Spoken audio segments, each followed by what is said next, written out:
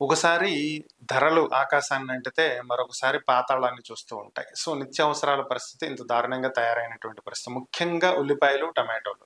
So, దీన్ని ఎందుకు ఇప్పుడు ప్రస్తావించాల్సొస్తుందంటే, ఏపీలో గత కొద్ది కాలంగా రైతులకు సరైనటువంటి మద్దతు ధర లభించట్లేదు. అటు వరి విషయంలో, తర్వాత మామిడి రైతుల విషయంలో, తర్వాత ఇప్పుడు ఉల్లి, టమాటో రైతుల విషయంలో. సో, ఇలాంటి పరిస్థితులే మనం చూస్తూ ఉన్నాం.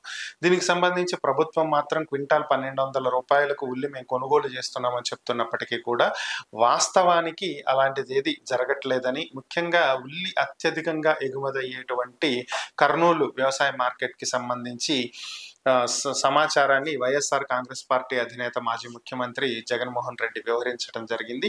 దీంట్లో సందర్భంగా ఆయన చెప్పినటువంటి విషయాల్లో ఉల్లి ధర ప్రస్తుతం కర్నూలు మార్కెట్‌లో కేజీ రూ. 3 చొప్పున కొంటున్నారని, ఇక టమాటోలైతే రూపాయి, రూపాయిన్నరకు కొంటున్నటువంటి పరిస్థితని, ఇంత దారుణంగా రేట్లు పడిపోవటం, ఆ రేట్లకి అమ్మలేక రోడ్ల పక్కన, కాలువల్లో పోస్తున్నటువంటి పరిస్థితని, రైతులు చాలా ఆవేదన చెందుతున్నారని, పెట్టుబడి డబ్బులు గూడా రావు అని జెప్పి మొత్తం తీసుకువెళ్ళి కాలవల్లో పారబోస్తున్నారని జెప్పి ఆయన తెలియజేశారు. మరి మరొక పక్కన రిటైల్ మార్కెట్‌లో, రైతు బజార్‌లో, ఆన్‌లైన్ గ్రాసరీ ప్లాట్‌ఫామ్స్‌లో చూస్తే కేజీ ఉల్లి, కేజీ టమాటా ధరలు రూ. 25-32 వరకు ఉన్నాయని.